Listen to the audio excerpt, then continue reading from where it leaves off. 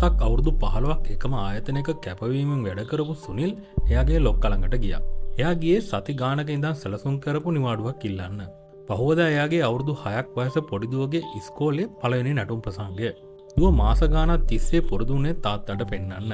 ඒත් ලොක්කා එයාගේ මූණ දිහා බලන්නවත් නැතුව කිව්වා බෑ. හෙට ඔඩිට් එක. ඔයා නැතුව බෑ.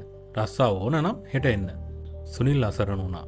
එයා දුවට කෝල් කරලා කිව්වා තාත්තට එන්න වෙන්න ඇදුවේ වැඩ වගේක් කියලා. දුව අඬන සද්දේ එයාට ඇහුණා. පහුවදා එයා වැඩට ගියා. හිත තිබුණේ දුව ළඟ. ඒත් ඇඟ තිබුණේ ඔෆිස් එකේ. ලොක්කා එක දිගට කෑ ගැහුවා. මේක වැරදි. අරක ඉවර නෑ. තමුසලා නිකම් පඩි ගන්නවා. පීඩනය දරා ගන්න බැරි තැන සුනිල්ට තදබල හිසරදයක් ආවා. දවල් එද්දී දුවගේ ටීචර් කෝල් කළා. සුනිල් මහත්තයා දුව ස්ටේජ් එකට නගින්නේ නෑලු තාත්තා එනකල්. පොඩ්ඩක් එන්න බැරිද? සුනිල් ආයෙත් ලොක්කා ළඟට ගිහින් බැගෑපත් වුණා. සර්, පැයකට ගිහින් එන්නම්. ලොක්කා මේසෙට ගහලා කෑ ගැහුවා. යනවා නම් යනවා. ආයෙ එන්න එපා. තමුසලාගේ පවුලේ ප්‍රශ්න මට අදාළ නෑ.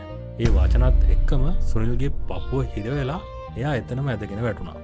රෝහලේ කොරිඩෝව දුව නටන්න ඇඳගෙන හිටපු ලස්සන ඇඳුම පිටින්ම අඬ අඬා දුවගෙන ආවා.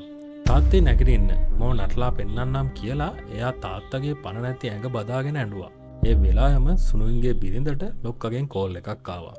ඇය හිතුවා ලොක්කා කතා කරන්නේ කනගාටුව ප්‍රකාශ කරන්න කියලා. ඒත් ලොක්කා ඇහුවේ මිසිස් සුනිල් මට ආරංචි වුණා. කනගාටුයි. ඒත් සුනිල් ළඟ තිබුණ ඔෆිස් ලැප්ටොප් එකයි පාස්වර්ඩ් එකයි අදම එවන්න පුළුවන්ද? අපි හෙට වැඩ ටික කරගන්න ඕන. සුනිල් අවුරුදු 15ක් කැප කළ ආයතනයට එයා මැරලා පැයක් යන්න කලින් එයාව අමතක වුණා. එයාට ඕන උනේ ලැප්ටොප් එක විතරයි. ඒත් අර පොඩි දුවට එයාට එයාගේ මුළු ලෝකෙම නැති වුණා. රස්සාවක් කියන්නේ ජීවත් වෙන්න කරන දෙයක් මිසක් ජීවිතේම නෙමෙයි කියලා ඔයාට කවදාවත් හිතලා තියෙනවද? සමහර ලොක්කන්ගේ ටාගට් සහ ඩෙඩ්ලයින් නිසා අහිංසක මිනිසුන්ගේ හුස්ම ටික පවා හිරෙන බව ඔයා දන්නවද? ලොක්කෙක්ට ඔයා කියන්නේ තවත් එක සේවකයෙක් විතරයි. ඒත් පවුලට ඔයා කියන්නේ මුළු විශ්වයම. රැකියාව වෙනුවෙන් මැරෙන්න එපා. පවුල වෙනුවෙන් ජීවත් වෙන්න.